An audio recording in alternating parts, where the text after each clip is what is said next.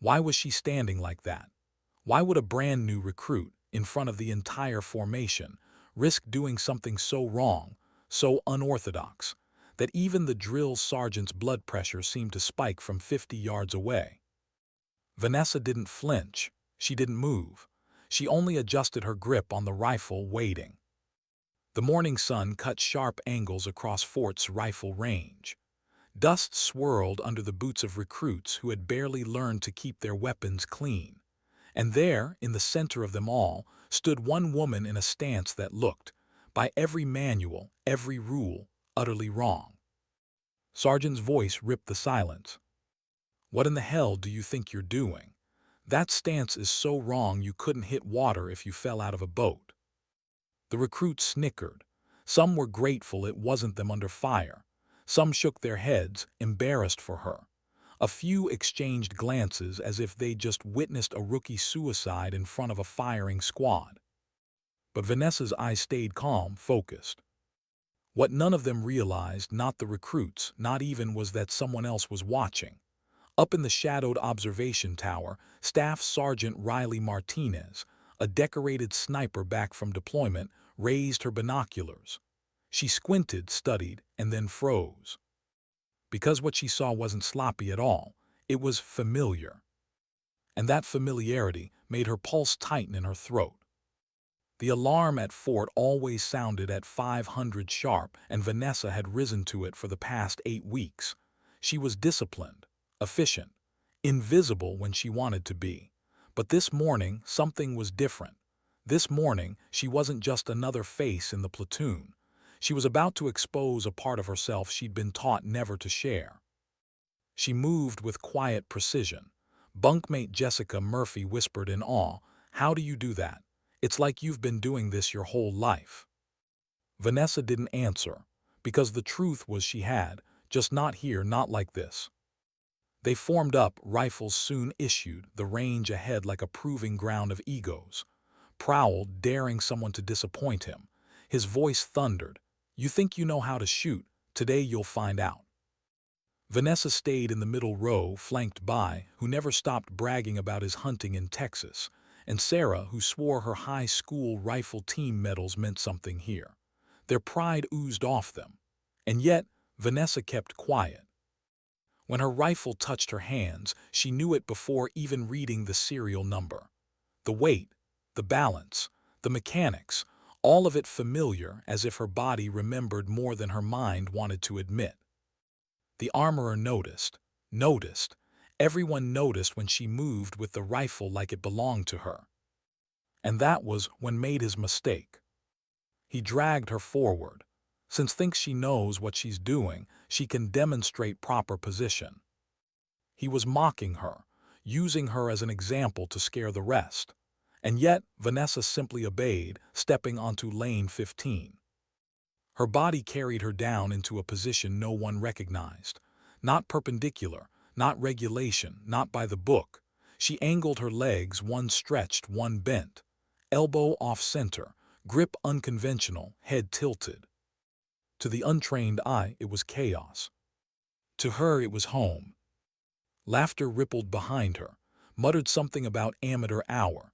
Even Jessica, her closest ally, looked confused. Vanessa breathed, waited, and spoke softly.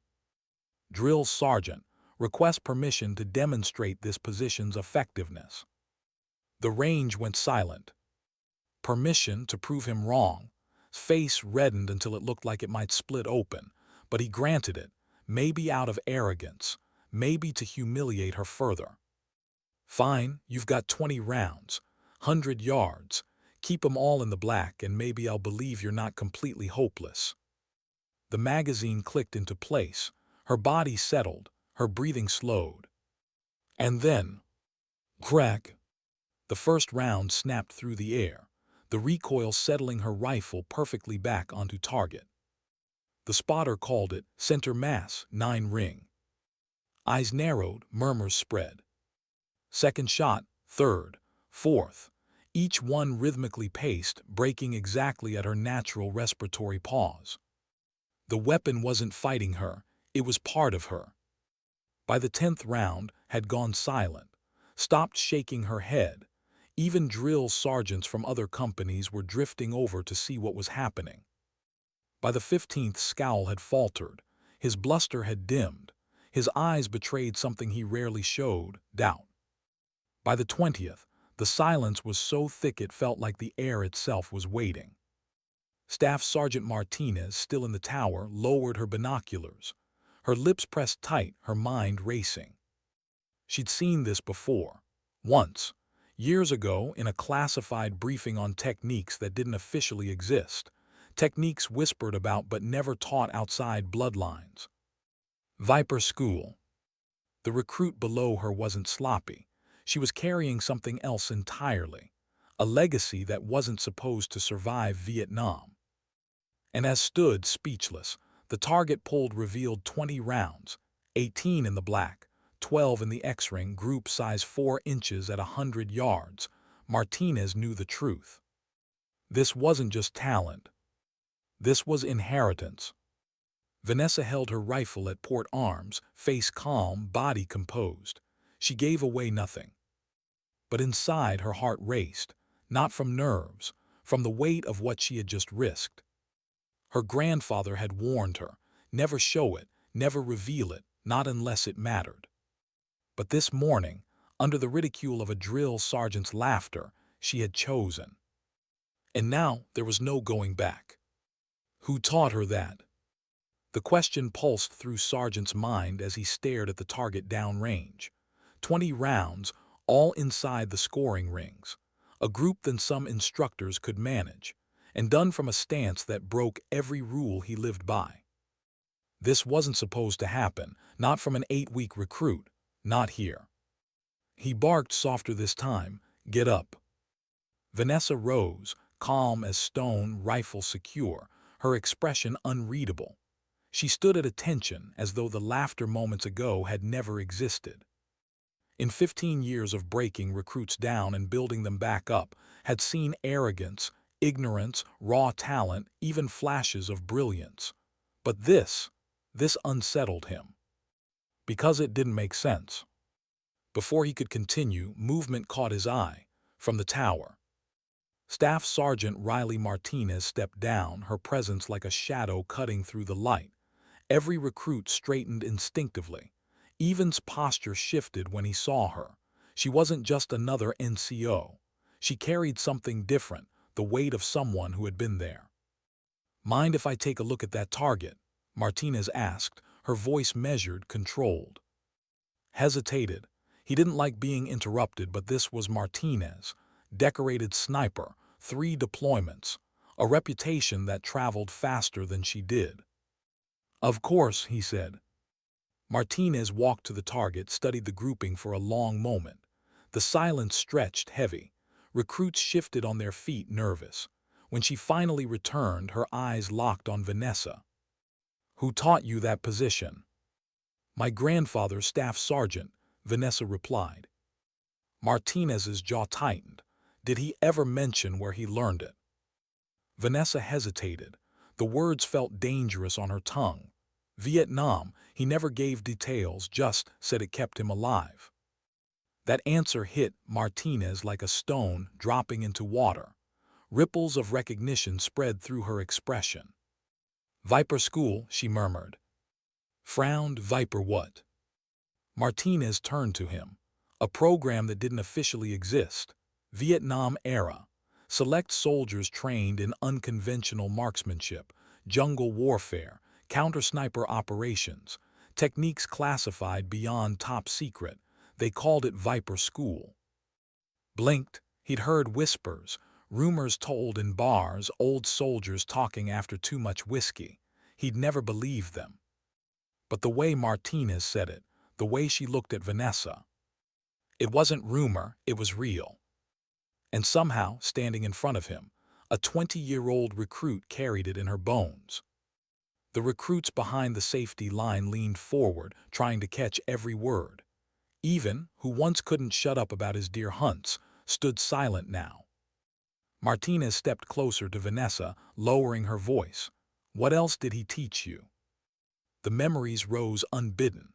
Cold Colorado mornings, her grandfather's voice steady in the thin mountain air. Movement, how to read terrain, estimate range without equipment, account for humidity, wind patterns, even how vegetation bends a shot. He made me memorize all of it. Martinez nodded slowly, as if each word confirmed something she already knew. Classic Viper curriculum. His voice was low, almost reverent. Are you saying this recruit has inherited classified techniques? Not inherited, Martinez corrected. Preserved, passed down. Viper veterans were told if you find a family member worthy, you teach them. Quietly, discreetly, without ever saying the name. The silence was broken only by the wind across the range. And then, as if pulled by gravity, more figures arrived. Drill sergeants from other companies. And behind them, Sergeant Major Hayes, senior enlisted advisor for the battalion. Her presence shifted everything. Report, Hayes said simply. Explained the stance, the demonstration, the grouping, the word Martinez had spoken. Hayes studied Vanessa with the eyes of someone who had made battlefield decisions that cost lives, calculating, cold, and yet not unkind. Step forward, Private. Vanessa obeyed. Hayes' voice carried across the range. What I've just seen isn't normal. It isn't basic. It isn't even advanced. It's something else. If what Staff Sergeant Martinez says is true, then you are not just another recruit. You are a repository of knowledge this army has not seen in half a century.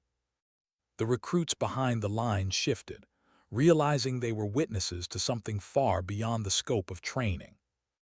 Hayes turned to Martinez. Full assessment, starting tomorrow, quietly. No public demonstrations. I want a report on her capabilities within 1 week. Marksmanship, tactical knowledge, psychological stability, and research her grandfather. If he was truly Viper School, we'll find traces in the archives. Yes, Sergeant Major, Martinez said. Then Hayes' eyes returned to Vanessa. Hard, searching. Do you understand what this means, Private? Your life may not follow the path you thought. Skills like yours aren't just useful. They're dangerous, and they come with responsibility. Yes, Sergeant Major. Hayes studied her a moment longer, then nodded. Dismissed. As the crowd dispersed, whispers followed, some in awe, some in fear. But Vanessa felt only the weight of her grandfather's voice, echoing from years ago. Never show it unless you have to. Once you do, there's no turning back. That night, sleep didn't come easy. The barracks hummed with low voices, recruits still talking about what they'd seen. Jessica turned in her bunk and whispered, "What was that today?" Vanessa lay silent in the dark. How could she explain it? That her childhood weekends weren't just about bonding with a grandfather. That the man who taught her to build fires and track deer had also been shaping her into something the army wasn't supposed to know existed. She whispered only one thing, family tradition. But inside, her chest burned with the knowledge that tomorrow, everything would change. Dawn came cold and clear. Vanessa woke before the alarm. Her body had adapted to military rhythm, but today wasn't routine. Today wasn't drills or lectures. Today was something else. Building 47 sat on the edge of the base, plain and unremarkable. Recruits walked past it daily without a second glance, but Vanessa's orders directed her there, to room 12. Martinez waited inside. No bluster, no theatrics, just the steady presence of someone who had already decided what she thought of Vanessa. "Sit," she said. The room was unlike anything Vanessa had seen on base. Not barracks plain, not drill sergeant functional. A conference table, walls lined with maps, a glass case of weapons, some unfamiliar, modified, alien in design. Martinez noticed her glance. Historical, Viper prototypes acquired for research. Some never made it into doctrine, too unconventional, too dangerous. Her voice dropped, but maybe not for you. The session began with questions, simple at first, then deeper, movement techniques, range estimation, camouflage, survival, fieldcraft, combat psychology. Vanessa answered with the ease of someone reliving memories, not reciting doctrine. She described how her grandfather had her track animals not to hunt, but to understand movement patterns. How he taught her to measure distances using her body, her surroundings. How he made her perform calculations under stress, timing, wind, trajectory, all while he threw distractions at her. Martinez wrote furiously, every note confirming what she already suspected. This wasn't basic training. This was a living archive of Viper School. Then came the practical. Laser simulations, timed targets, weapon malfunctions, environmental stressors, noise, lights, heat, cold, one scenario after another. And through it all, Vanessa remained steady, her breathing slow, her shots clean, her body unshaken. Martinez muttered under her breath, watching the monitors. Her stress levels are dropping. She's calmer under pressure than at rest. That's impossible. But Vanessa remembered her grandfather's words. Find the quiet center, the eye of the storm. The chaos isn't the enemy, it's just more information. The day stretched long. Weapons testing, tactical puzzles, maps spread across the table, and every time Vanessa responded not like a recruit fumbling in the dark, but like someone who had lived in these scenarios 100 times before. When the final simulation ended, Martinez set down her pen. Her face was unreadable. Do you know what you are? Vanessa hesitated. A soldier, staff sergeant. Martinez shook her head. No, not yet. You're something rarer, something the army thought it buried. You're a bridge between what was never supposed to exist and what might be needed again. Vanessa stayed silent, but inside, she felt the truth settling in her bones. Her grandfather's legacy wasn't a secret anymore. It was a burden, and a door had been opened she couldn't close. That night alone, Vanessa opened the sealed envelope Martinez had given her, her grandfather's records. And as her eyes traced commendations, redacted missions, and a handwritten note from a colonel thanking him for ensuring the knowledge survives, her throat tightened. Because now she understood. It wasn't just her stance on a rifle range. It was the weight of a history no one else was supposed to carry. And tomorrow, others would come looking for it. Who was the man in the suit? Vanessa had been summoned to the colonel's office that morning, her uniform crisp, her boots silent on the polished floor. She expected Martinez, maybe Sergeant Major Hayes. Instead, she found someone else, a stranger who didn't belong. His suit was too clean, his eyes too sharp. Colonel Mitchell introduced him carefully. Private, this is Dr. Phillips from the Department of Defense Advanced Research Division. The way she said it told Vanessa everything. This wasn't a courtesy visit. This was a summons. Phillips extended a hand, his grip firm, his gaze calculating. Please sit. The office was lined with decades of command memorabilia, flags, framed photos, plaques. But the atmosphere wasn't celebratory. It was heavy. Phillips opened a sleek briefcase, pulled out a tablet, and tapped the screen. Targets appeared. Shot groupings, records from elite snipers. Tell me what you see, he said. Vanessa leaned forward, studying. At first, it looked like simple practice scores, but then details emerged. Tiny flaws, patterns invisible to the untrained eye. Target 3, the vertical stringing means the shooter didn't manage their breathing cycle. Target 7, the wind calls were wrong, that's horizontal drift. 11, the platform was shifting, probably unstable ground. She looked up, all preventable errors. Phillips' brow arched. Interesting.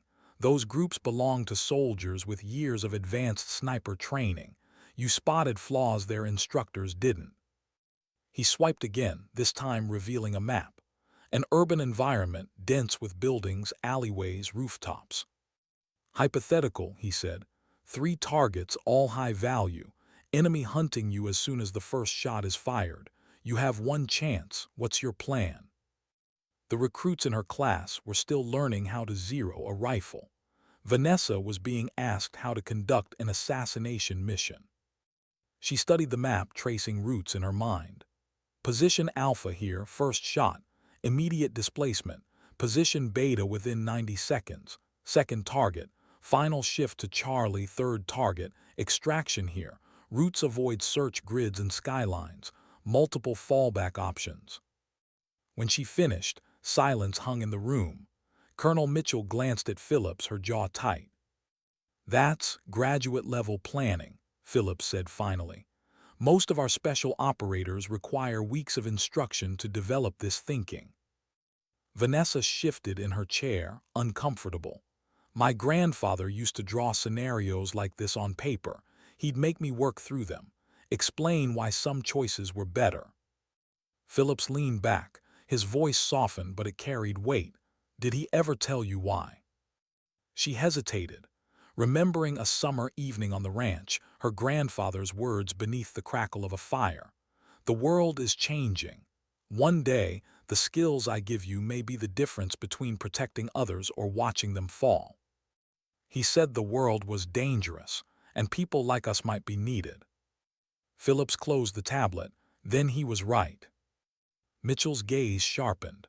"Private, what's being offered here isn't conventional. If you accept it, you'll never have a normal Army career. This is off the books, shadow work." Phillips leaned forward. The Viper School wasn't discontinued because it failed. It was shut down because it was too effective. Those techniques created soldiers with capabilities that frightened the bureaucracy. Too unorthodox, too uncontrollable, but the world has changed. We need them again. Vanessa's pulse quickened. The weight of legacy pressed hard against her chest. Phillips pulled a card from his briefcase. White, plain, only a number printed in black. 72 hours, call and say affirmative or negative. No discussion. That's all we need. Her hands tightened in her lap, because what he offered wasn't just opportunity, it was exile. And yet, deep down, part of her knew this was the path her grandfather had always known she'd face. That night she couldn't sleep. The barracks felt stifling. She slipped out quietly, wandering until her boots carried her to the small chapel on base. Empty, silent, the glow of emergency lights painting the pews in pale gold. She sat alone, pulling out the white card. Such a small thing, yet it carried the weight of her entire life. Her grandfather's voice echoed in memory. "The hardest choices aren't between right and wrong. They're between two versions of right." Her eyes stung, but no tears fell. Then footsteps. Martinez entered, moving with her usual quiet precision. Couldn't sleep either. Vanessa shook her head. Martinez slid into the pew beside her. "I figured I'd find you here. Too much on your mind." For a long moment, silence. Then Martinez spoke, her voice low. "I've worked with people in programs like the one Phillips represents. They're patriots, skilled, brave, but they don't live normal lives, no career progression, no retirement, no family." Her words cut sharp, not cruel but real. "I'm not telling you to refuse," Martinez continued. "I'm telling you to understand. Don't let your grandfather's legacy make the choice for you. Make it yourself." Vanessa studied her face. A soldier who had lived too long in shadows. Someone who carried invisible scars. "What would you do?" Vanessa whispered. Martinez looked away. "That's not my question to answer." They sat in silence, two women bound by decisions bigger than themselves. Then Vanessa's phone buzzed, an encrypted message. She opened it, heart thudding. "Package delivery scheduled for 600. Recipient should be prepared to travel immediately." Martinez leaned over, read the text, and muttered a curse. "That's not Phillips. Different language, different command structure." Her eyes met Vanessa's. "You're on multiple radars now, not just his. Whatever's coming, it's bigger than both of us." At dawn, the base was different. More guards, more tension, training suspended, recruits confined. Vanessa stood near the barracks window as a black SUV pulled up outside headquarters. Three figures emerged, two in uniforms with no recognizable unit patches, one in civilian clothes, moving like a predator. CIA, Martinez muttered, appearing at her side. Special Activities Division, and that civilian. He's not here to negotiate. The knock on the barracks door came sharp. Then it opened before anyone could respond. A woman stepped inside. Civilian clothes, hair pulled back, gray eyes scanning the room with clinical precision. "Private," she said. "I'm Agent Sarah Blake, Central Intelligence Agency. You need to come with me. Now." Behind her, two men in unmarked uniforms flanked the doorway. Stormed forward, face flushed. "You can't just walk into my barracks and—" Blake cut him off, flashing a document with multiple seals. "Executive authorization. Signed this morning. Private is under CIA operational control pending a national security matter." The room erupted in murmurs. Jessica's face was pale, looked terrified for once. Martinez stepped between Blake and Vanessa. "Agent Blake, she's under Army Special Operations Assessment. Any transfer requires proper channels." Blake's gaze hardened. Proper channels have been bypassed. Time-sensitive intelligence. Her grandfather's knowledge included Soviet counter-sniper techniques. Those techniques are resurfacing. Hostile actors are hunting Viper families. The words hit like a grenade. Soviet techniques, hostile actors. "My grandfather fought the Soviets." Vanessa's voice cracked with disbelief. Blake's reply was colder than steel. "He did more than fight them. He infiltrated a Soviet sniper facility in Vietnam. The intelligence he brought back shaped Viper School, and that knowledge didn't die with him. It lives in you, which means you're a target." Her tablet lit up with satellite images. A compound in Myanmar, training grounds, snipers. The techniques matched Viper reports from 1971. And then Blake dropped the final blow. At 3:30 this morning, 3 foreign nationals attempted to breach records at Colorado State University. They were looking for your brother, David. Vanessa's lungs froze. Her brother. Her quiet, easygoing brother who thought their grandfather's lessons were just hunting games. "Where is he?" she demanded. "Safe," Blake said. "For now. Protective detail has him, but the threat is active. If you don't work with us, they'll keep coming." Her words weren't a threat, they were a fact. Martinez's voice broke the silence. "This isn't just recruitment anymore. This is survival." Phillips arrived moments later, storming into the barracks with his own entourage. His calm veneer cracked. "Blake, we had an agreement. She's Army." Blake didn't even turn. Not anymore. Their argument spun into a blur of acronyms and authority, of command structures and compromises. But Vanessa heard none of it. She heard only her brother's voice from their last phone call. "They're asking about Grandpa, about what he taught us. Something's wrong." Her chest tightened. "Enough. Stop," she said. No one listened. Her voice rose. "I said stop." The room went silent. Every eye turned to her. "You're arguing over me like I'm a prize, like I'm a piece on your board, but this isn't about you. This is about my family, about my brother, and about choices I never asked for." She stood tall, rifle at her side, her voice steady. "I'll work with both of you, but on my terms. My brother gets protection no matter what. I finished training with my class, and I talk to him regularly. You don't get to turn us into ghosts without our consent." Blake and Phillips exchanged glances, calculations behind their eyes. "Agreed," Phillips said finally. "Conditional," Blake added. "Accelerated timeline, the threat won't wait." Martinez stepped forward. "Then I'm her liaison. She needs someone she can trust."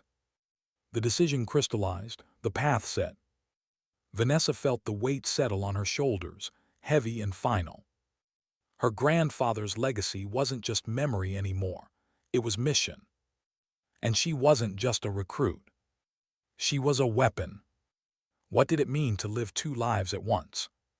2 weeks later, Vanessa stood at attention with her class on graduation day. To the recruits around her, she was just another soldier finishing basic. To Drill's sergeant, she was the one who had humbled him and forced him to admit there were things beyond manuals and doctrine. To her parents, sitting proudly in the bleachers, she was their daughter, smiling in uniform for the first time. But to the government officials waiting in the shadows beyond the parade field, Vanessa was something else entirely. An asset. The applause thundered when pinned the crossed rifles on her uniform and announced her name as outstanding graduate. The irony wasn't lost on him.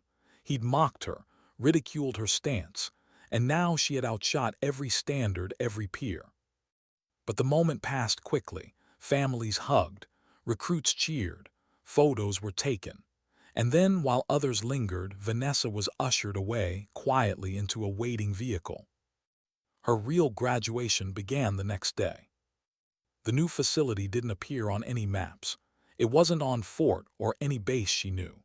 It sat deep in forest country, a compound of steel and silence, guarded by men who didn't wear name tags. Here the Army and CIA had agreed, reluctantly, to share her. A joint operation, joint training, joint assessment. She would learn from both worlds, walk between both shadows.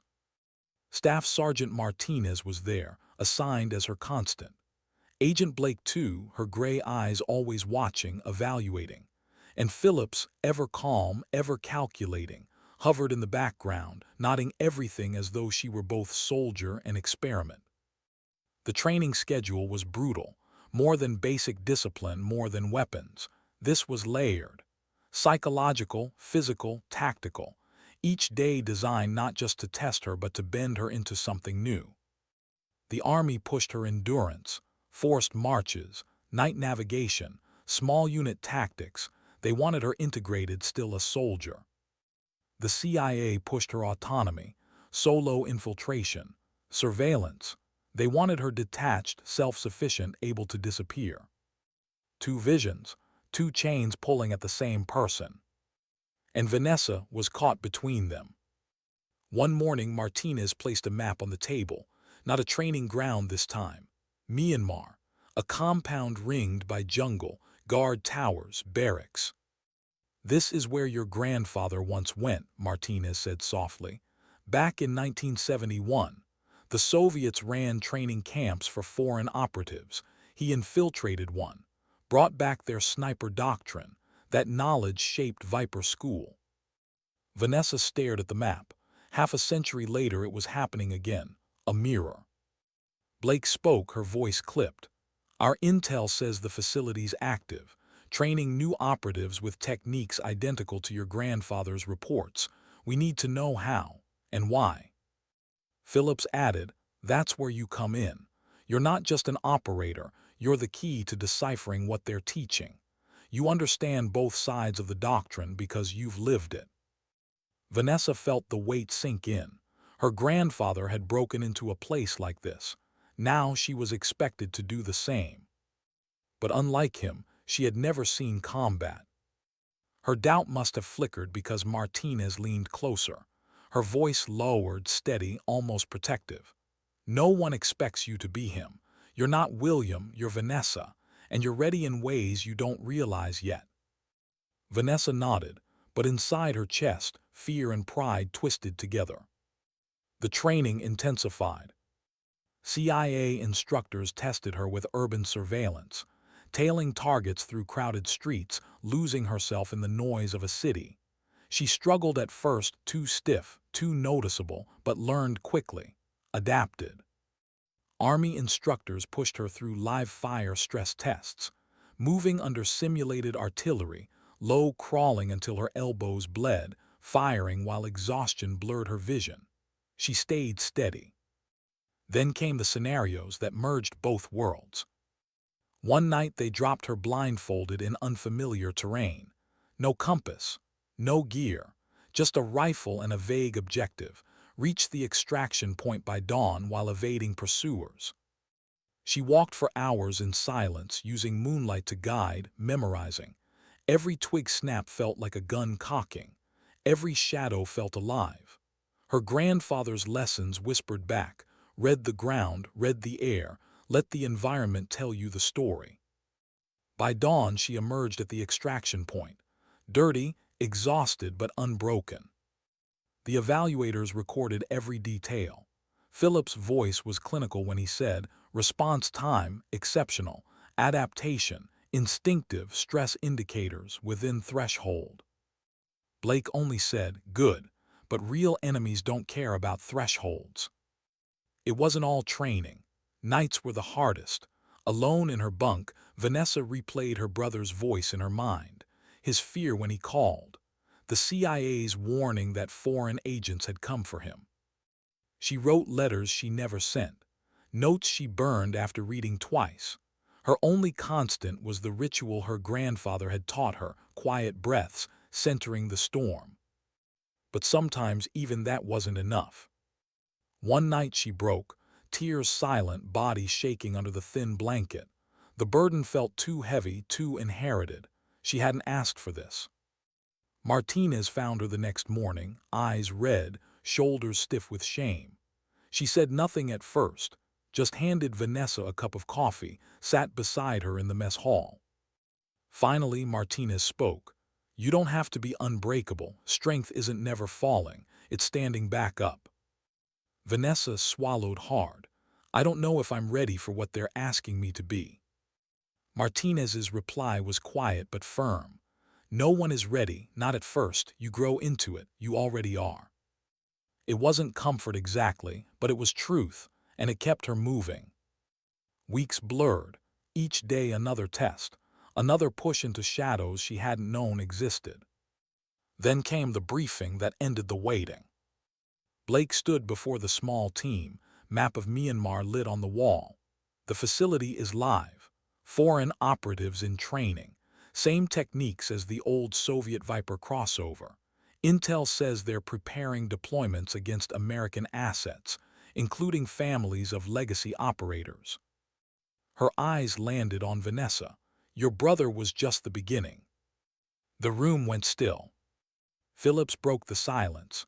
We can't wait any longer. Deployment window opens in 3 months. Vanessa, you'll go with a small team. Infiltrate, observe, confirm. Not to fight unless you have no choice. Your presence is what makes this mission possible. Vanessa's voice was steady when she asked, and if I fail? Blake's answer was blunt. Then we lose the only leverage we have against operatives trained in doctrines we don't understand. The implication was clear. If she failed, others would die. Maybe her brother, maybe more. Later, alone, Vanessa stared at the weapon they had given her. A rifle modified just for her stance, her angles. A weapon that felt like it had grown from her hands. She thought of her grandfather's letter, tucked away in her belongings. His words, your commitment to preserving these skills ensures the knowledge survives, even if official programs cannot. She hadn't understood before. Now she did. He had prepared her not for tradition but for survival, for responsibility. Martinez entered, watching her quietly. Tomorrow, final evaluation before mission approval. Are you ready? Vanessa ran her hand along the rifle's barrel. I've been ready my whole life. I just didn't know it until now. Martinez nodded once. No smile, just understanding. Because the time for doubt was over. That night, Vanessa dreamed of her grandfather's voice, carrying across the Colorado mountains.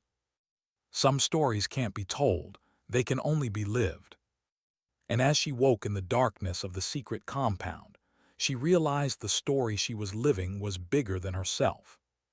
She was no longer just a recruit, no longer just a granddaughter.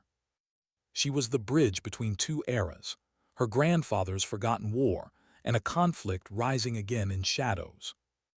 And soon she would step into that war herself. How far could they push a human being before something broke? Vanessa asked herself that with every step of the obstacle course. Mud up to her knees, body trembling with exhaustion, rifle heavy in her hands. This wasn't training anymore, it was something else. Martinez shouted from the sidelines, Keep moving, you're almost through. But almost meant nothing, because this wasn't about finishing. It was about stripping her down, seeing what was left when everything else was gone. She dragged herself over the final wall, collapsed on the other side, chest heaving. For a moment, she thought she couldn't rise, that maybe she had finally hit the limit. Then she heard her grandfather's voice, quiet in memory. The body quits before the mind, and the mind quits before the soul. Which one are you going to listen to? She pushed herself up, stood, met Martinez's eyes. Not broken. The final evaluation wasn't a single test. It was a gauntlet. Days blurred together, sleep deprivation, sensory overload, psychological games that felt designed to unravel her from the inside out. One test placed her in a windowless room with nothing but a clock. No instructions, no contact, just silence. Hours passed, then days. The isolation clawed at her sanity, whispering fears in the dark. But she remembered her grandfather's lessons. Silence isn't an enemy, it's a mirror. Listen to it and it will tell you who you are. By the third day, when they opened the door, she didn't flinch. She stood calmly, eyes steady. Blake observed from behind the glass. She's different. Stress breaks most people, it centers her. Phillips only nodded. Exactly what Viper school bred for. Another test brought her to a firing range unlike any she'd seen. Targets weren't still. They moved, popped up, disappeared. Some were friendlies, some enemies. She had seconds to decide to shoot or not. Her trigger discipline was flawless. Not a single friendly hit. Every enemy target neutralized in under a heartbeat. Martinez muttered, "It's not just speed. It's intuition, like she's seeing the shot before it happens." Phillips leaned closer. "No, like she's been here before, and that terrifies me." The hardest test wasn't physical or technical. It was personal. They brought her into a dim briefing room. A screen lit up. On it, her brother, David, his face pale, his voice shaking. A recorded interrogation. Foreign agents demanding information. Demanding what their grandfather taught them. David refusing again and again until they dragged him out of view. Vanessa's chest seized. Her hands trembled. Blake's voice came sharp, cutting. "This isn't real, a simulation, but it could be. Do you understand? They'll come for him, for your family. They already tried." The screen went black. For the first time in training, Vanessa felt rage boil through her veins. Not the steady focus her grandfather taught. Not the quiet center. This was fire. She stood, voice hard. "Then train me faster, push me harder, because if they touch him, I won't just defend, I'll end it." Blake studied her in silence, then nodded. "That's the answer I needed to hear." Weeks passed, every test recorded, every metric tracked. By the end, her file was thicker than most soldiers accumulate in an entire career. One night, Martinez sat with her by the compound's fire pit. Stars overhead, the smell of smoke rising. "You know," Martinez said quietly, "I've trained dozens of soldiers, good ones, some even great, but you're different." Vanessa shook her head. "Different isn't always good." Martinez leaned back, gaze on the fire. "Your grandfather passed down a doctrine the army tried to bury, and now you're carrying it forward. That makes you dangerous, but it also makes you necessary." Vanessa stared at the flames, her voice low. "Sometimes I wish he hadn't." Martinez's eyes softened. "Wishing doesn't change what we carry. The question is, what do we do with it?" The fire cracked. Neither spoke for a while. The official evaluation came 3 days later. Phillips, Blake, Martinez, and Colonel Mitchell sat at the table. Vanessa stood at attention, sweat still drying on her collar from the last endurance test. Blake began. "Performance exceptional, stress response unprecedented, risk tolerance controllable, she's a viable candidate." Phillips added, "Her ability to adapt under pressure exceeds projections. She's not just a product of training. She's an inheritance of something we don't fully understand. That makes her valuable beyond this mission." Colonel Mitchell frowned. Or dangerous. Programs like this burned us before. Unconventional training creates unconventional soldiers, and unconventional soldiers don't always follow orders. Martinez spoke firmly. She follows orders, but she doesn't follow blindly. That's the difference, and that's why she's the one you want on the ground. The room went quiet. Finally, Blake slid a folder across the table. Mission approval granted. Deployment window 6 weeks. Inside the folder, satellite images, intelligence reports, names she didn't recognize, and a single handwritten note on the cover. Operation Serpent's Echo. Vanessa's fingers tightened on the paper. Her grandfather had been part of Viper School. Now she was walking into its echo. Training shifted again. No longer assessments but mission prep. Maps of Myanmar, language basics, environmental conditioning. Her team began to form around her, 4 others hand-picked. Sergeant Cole, communications and field medic. Older, quiet, with eyes that had seen too many deployments. Specialist demolitions expert, sharp-tongued but fiercely loyal. Corporal James Hawk Hawkins, reconnaissance, a tracker who moved like shadow. And Martinez herself, assigned as liaison, guardian, anchor. They weren't told everything, only that they were going into hostile territory, that their mission was surveillance, that they'd have to disappear if discovered. But Vanessa knew what no one said aloud. This wasn't just about gathering intel. This was about her, about whether her grandfather's legacy could stand against an enemy reborn. The night before deployment, she sat alone in her bunk, cleaning her rifle piece by piece. The silence felt heavy. Her phone buzzed, an encrypted call. She answered. Her brother's voice. She closed her eyes, the sound of him grounding her in a way nothing else could. David, are you safe? Yeah, I've got agents watching me 24/7. Feels weird, like living in a fishbowl, but I'm fine. They told me you're training, that it's serious. Her throat tightened. It is, more than I ever imagined. He was quiet for a moment.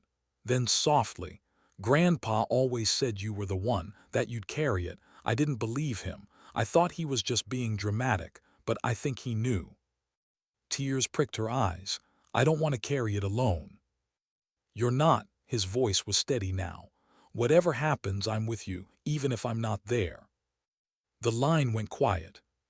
She held the phone to her chest long after the call ended.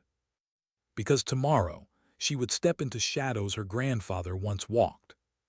And she didn't know if she would ever walk out again. Deployment orders came at dawn, gear loaded. Helicopter rotors thundered against the compound walls. Martinez met her at the staging area, adjusting her pack straps. You ready? Vanessa looked out at the horizon, at the rising sun cutting through the mist. No, she said honestly, but I'll go anyway. Martinez gave a faint smile. That's the only answer that matters. The helicopter lifted, carrying them into the unknown. The compound disappeared behind them, swallowed by distance and forest. And ahead, Myanmar, the jungle, the facility. The echo of a war her grandfather never finished. What did the jungle hide?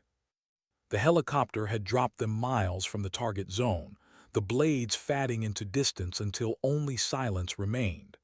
Silence, and the endless hum of insects. Vanessa crouched low, rifle across her chest, sweat already stinging her eyes. The air was thick, oppressive, alive with heat. Every breath felt like pulling water instead of air. Hawk led point, moving like he'd been born in this environment. Trailed close behind, eyes scanning for traps. Carried extra weight, medic kit, comms gear, everything that kept a small team alive. Martinez stayed near Vanessa, not because she didn't trust her, but because she knew the eyes of command had made her responsible for her. They walked in silence, only hand signals cutting through the green. Hours blurred. The canopy swallowed the sun, the ground tangled with roots and vines. Vanessa's boots slipped in mud, her uniform clung with sweat. But her mind wasn't on discomfort. It was on the map burned into her memory, the facility, the compound, the towers, and the fact that for the first time this wasn't a simulation. There would be no end exercise. If they failed here, they wouldn't return. At dusk, they found high ground overlooking the river valley. Through gaps in the foliage, the compound came into view. Vanessa's chest tightened. Concrete walls, guard towers, barracks lined in neat rows, and at the center, an open training yard. Through binoculars, she watched figures move with precision. Shooters lying prone, rifles snapping up, spotters calling wind, movements identical to drills her grandfather had once shown her. Her stomach turned. It wasn't just rumor. Viper doctrine had survived here, in enemy hands. Martinez whispered beside her, "You recognize it." Vanessa's voice was low. "Every stance, every correction, they're teaching them exactly what Grandpa taught me." Exhaled sharply. "So your grandfather wasn't just a soldier, he was the source." Vanessa didn't answer. Couldn't. Because watching those men train felt like watching ghosts of the past reach into the present. Hawk lowered his binoculars. "Question is, how deep does this go, if they're exporting snipers trained like this?" "Cut him off. Then people are going to die, a lot of them." The silence that followed was heavier than the jungle air. Night fell. They dug into a concealed position, camouflaged beneath netting and branches. Martinez spread a map on a poncho liner, her red lens flashlight casting dim glow. "Primary objective," she whispered. "Confirm training, identify instructors, secondary document weapons, tertiary extract clean, no heroics." But Vanessa wasn't listening to just the plan. She was listening to her heartbeat, fast, uneasy. Because the face of one of the instructors down there had looked familiar. Not from real life, from her grandfather's photos. A man blurred in the background, decades younger, standing beside him in Vietnam. She told no one, not yet. The next day, surveillance began. Hours of watching, recording, sketching layouts in notebooks. Vanessa saw more than the others, not because she was better, but because the rhythms drilled into her since childhood let her see patterns, guard rotations, subtle corrections the instructors made to their students, even how the vegetation around the compound had been cut to create natural lanes of fire. At one point, Martinez leaned over her shoulder, whispering, "You're seeing things I missed. Don't stop, keep writing." But every note she wrote felt like a piece of herself unraveling. Because the techniques were too exact, too familiar. It wasn't just that these men had learned from old doctrine. It was as if someone had handed them her grandfather's playbook. On the third night, tapped her shoulder. "Movement, east perimeter." Vanessa brought her scope up. A small patrol, flashlight slicing through jungle darkness. Too close, too curious. Her pulse spiked. She had fired hundreds of rounds in training, thousands even. But this was different. These were living men. The patrol edged closer, voices low in a language she didn't fully understand. One of them raised his light. It swept dangerously near their position. Martinez's whisper cut the silence. "Take it."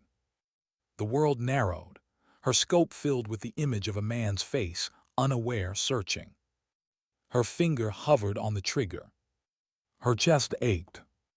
This was the line her grandfather had warned about, the one where skill turned into blood, where everything you were trained to do became permanent.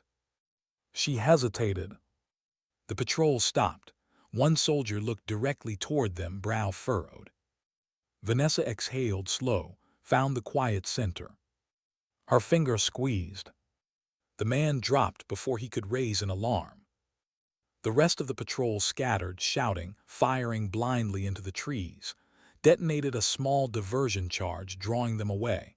Hawk whispered, "Move," and the team slipped deeper into cover.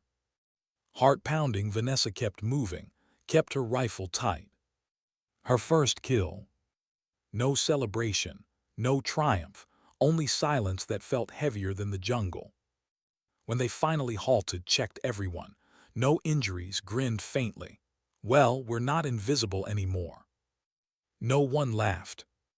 Vanessa sat apart, rifle across her lap. Her hands were steady, but her chest was. Martinez approached, kneeling beside her. You did what you had to. Don't let it eat you alive. Vanessa's voice cracked. It already is. Martinez placed a hand on her shoulder, grounding her. Listen to me. The first time never leaves you, but you have a choice. Let it define you or let it remind you. Which will it be? Vanessa met her eyes, saw her own pain reflected there, and for the first time she understood that Martinez wasn't just her mentor. She was someone who had walked this road and still carried its scars. I'll let it remind me, Vanessa whispered. Good, Martinez said, because this isn't over. 2 days later, they finally caught a break. From their vantage, Vanessa spotted something new in the compound yard. A vehicle convoy arriving, men in suits stepping out, foreigners, not locals. The instructors greeted them with respect. Through her scope, Vanessa recognized one of the cases unloaded from the trucks.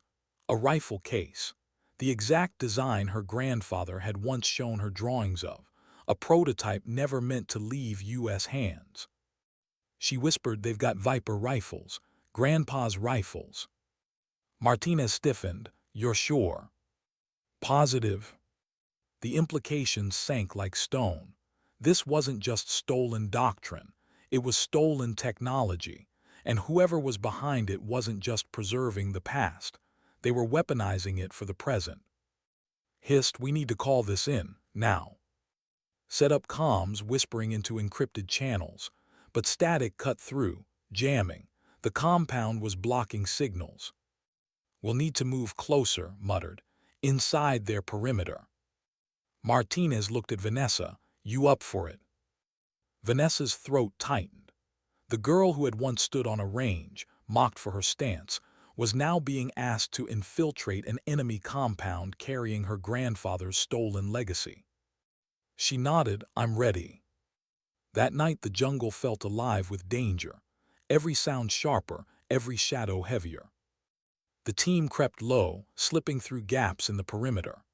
Vanessa moved like her grandfather had taught her decades ago, weight on the edges of her feet, body part of the ground, breath sinking with wind. They reached the outer wall, rigged a silent breach, and one by one they slipped inside. Vanessa's heart hammered. Because here, in the compound her grandfather had once infiltrated half a century earlier, she wasn't just a soldier, she was his echo. And what she found inside would decide not just the mission, but whether his legacy was survival or betrayal. Who was giving them the playbook? The compound smelled of oil, sweat, and gunmetal. Vanessa crouched in the shadows, rifle close, every muscle strung tight. Martinez signaled her forward, and together they moved deeper inside, careful, silent, ghosts in a place that wasn't meant to hold them. Stayed back to cover the breach. Hawk scouted ahead, whispered coordinates into his mic, frustrated that the jamming still drowned their signal. Vanessa's chest ached with each step, not just from the danger, but from what she'd already seen. Rifles her grandfather once sketched on yellowed paper, doctrines she thought belonged only to family campfires, carried across decades and continents. And the worst part, she knew this knowledge couldn't just appear here. Someone had handed it over, someone close. They entered a storage room lined with crates. Vanessa brushed away dust on one, squinting at the stenciled markings. U.S. Ordnance, she whispered, but these were discontinued in the 70s. Martinez ran a hand over the faded lettering. Then they've been moving this stuff for decades. Someone been feeding them. Hawk whistled softly. This isn't training camp level. This is pipeline level, someone high up. Vanessa's throat tightened. She forced herself to keep moving, but unease coiled in her stomach. At the back of the room, they found a desk stacked with files. Paper, not digital. Old school. Hawk snapped photos while Vanessa flipped through pages. One stopped her cold. A photograph, black and white, two men standing in fatigues, rifles slung across their backs. One was her grandfather, young, hard-eyed, the other. Vanessa's breath hitched. It was the man she'd glimpsed days earlier through her scope, the instructor in the compound yard. Martinez leaned over, jaw tightening. That's impossible. If this photo is from Vietnam, he'd be, what, in his 80s? But the man Vanessa had seen wasn't 80. He was strong, sharp, commanding. Unless they kept Viper alive, Vanessa whispered. Not just the doctrine, the people. Some of them switched sides. The realization hollowed her out. Because if her grandfather's brothers-in-arms had defected, then the legacy he'd left her wasn't just survival. It was betrayal. They slipped deeper, avoiding patrols. Vanessa's eyes adjusted to the compound's rhythm, every step syncing with shadows, every breath timed against guards' turns. Finally, they reached a low building at the center. The hum of generators throbbed inside. Breached a side door.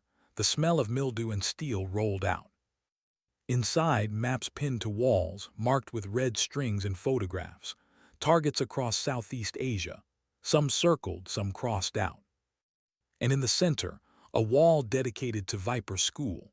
Old photos, training notes, diagrams that matched the ones her grandfather had once drawn for her.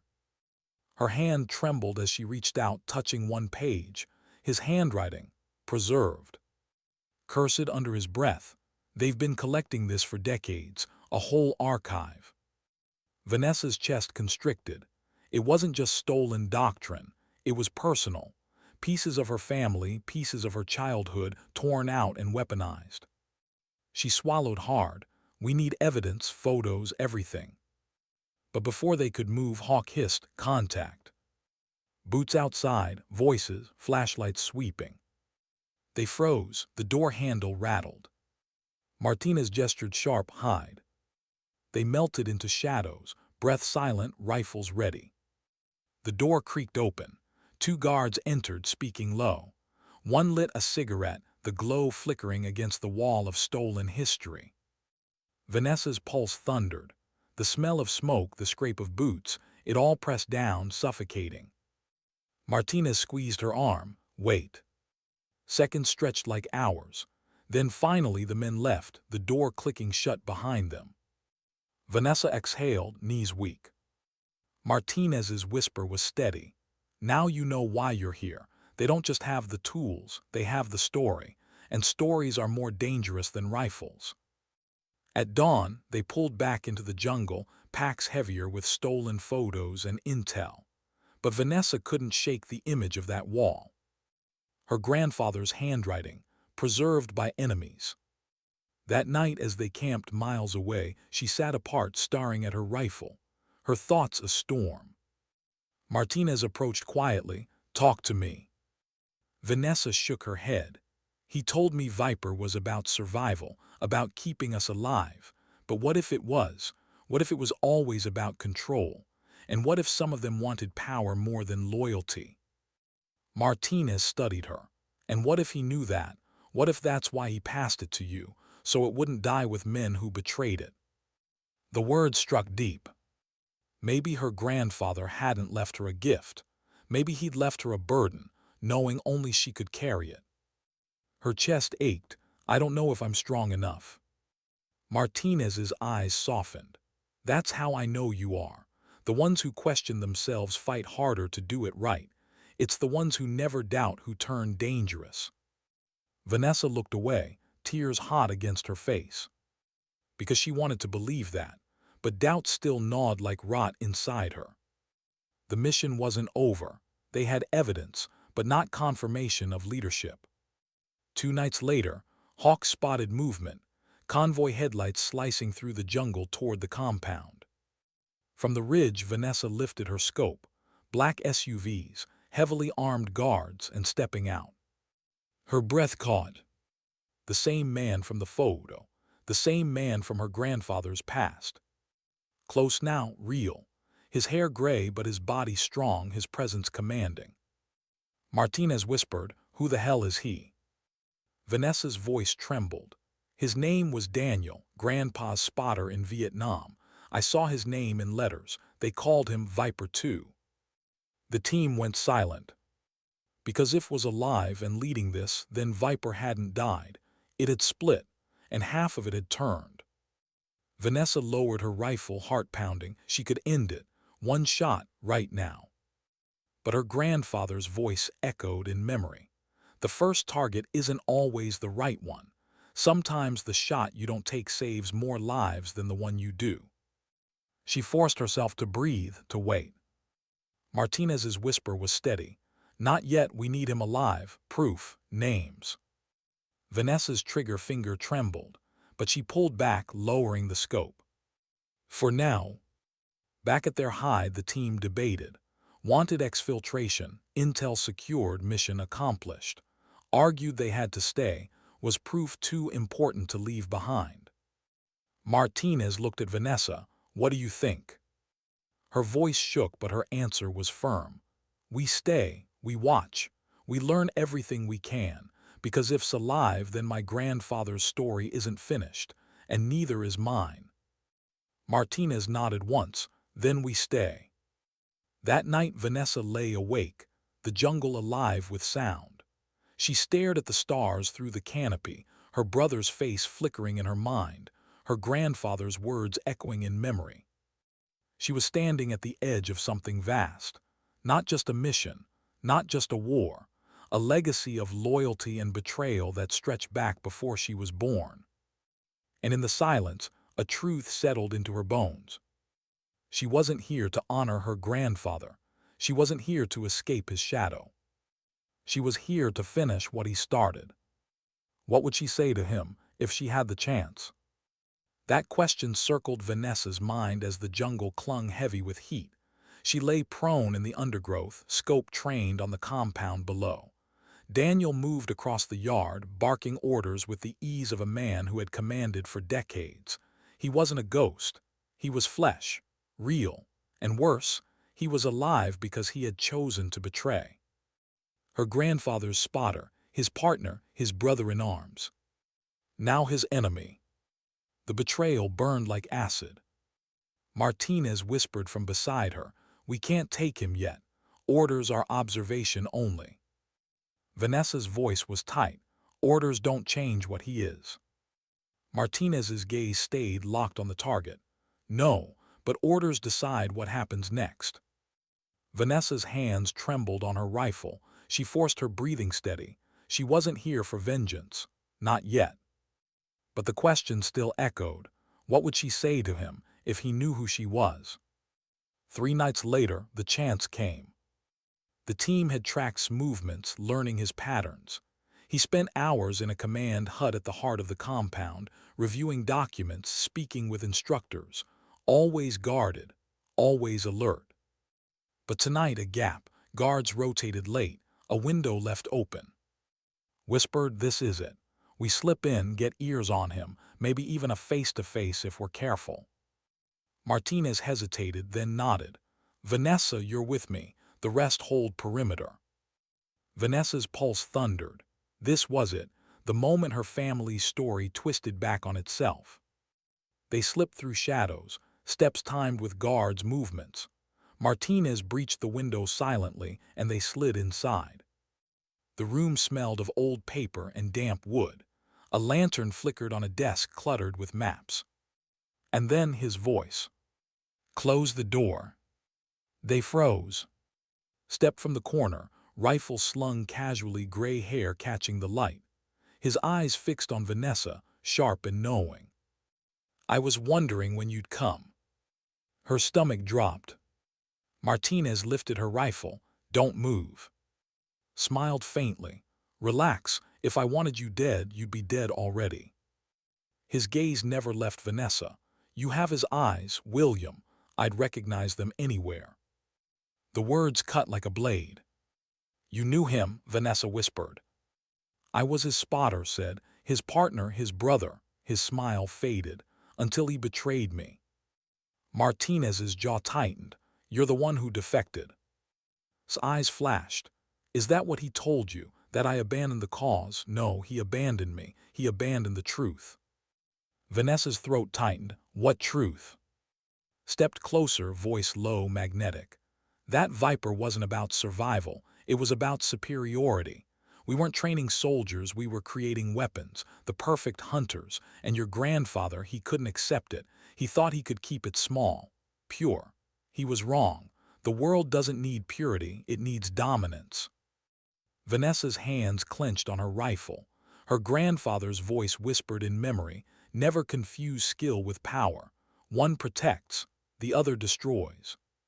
Tilted his head, studying her.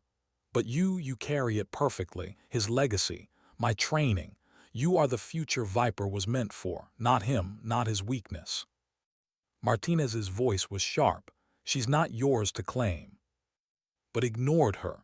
He took another step toward Vanessa, eyes burning. You've already killed, haven't you? You felt it, the calm, the focus. That's the truth of Viper, not survival, not protection, control, order, power, and it feels good, doesn't it? Vanessa's breath hitched. For a heartbeat, she hated that he was right. That part of her had felt that calm, that terrifying clarity. But then she remembered her grandfather's hand on her shoulder, his voice steady. Power without conscience is just another bullet waiting to be fired. She lifted her rifle. No, she whispered. It doesn't feel good, it feels heavy. And it's not power, it's responsibility. Smile faltered. For the first time, doubt flickered in his eyes. Martinez pressed forward, weapon steady. Time up, you're coming with us. But only laughed. You think you'll leave this jungle alive with me?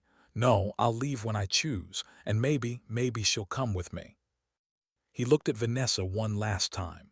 Think about what you really are. When the time comes, you'll see I was right. Then smoke filled the room, grenade rolling at their feet.